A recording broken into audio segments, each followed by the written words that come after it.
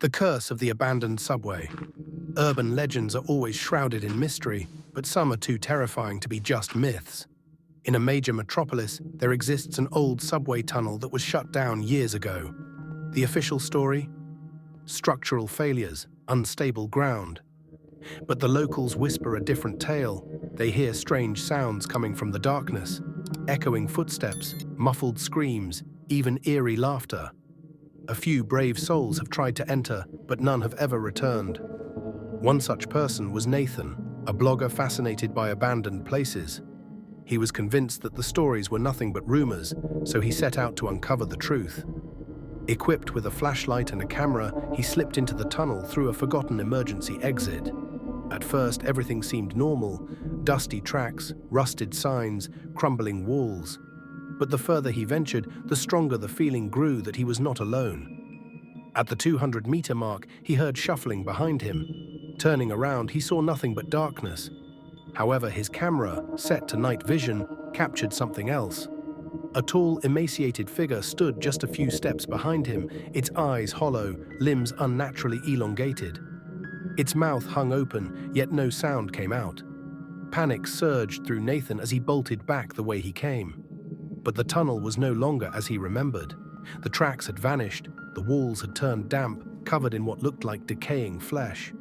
His camera picked up something even more horrifying: shadows emerging around him, twisted silhouettes of people, their arms reaching out. Their faces were contorted in eternal agony, their screams unheard. Suddenly, his flashlight flickered. In its final flickers, he saw a face, pale, eyeless, its mouth stretched wide. The creature emitted a guttural rasp, and then darkness. A breath, right next to his ear.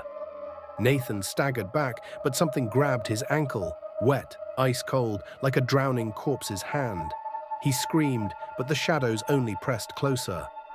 As he thrashed, his camera fell, landing with a sickening crunch.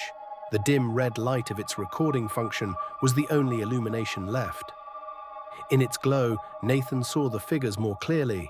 They were not just shadows. They were bodies, rotting, flesh merging with the tunnel walls, their eyes empty, mouths locked in silent screams. Their fingers, gnarled and broken, clawed at him, pulling him deeper.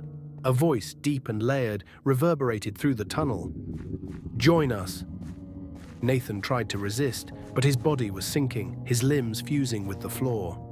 His skin cracked like old leather as something beneath it began to writhe. He gasped, but no sound came out. His breath was stolen, his thoughts faded, his consciousness stretched thin until only one thing remained: hunger.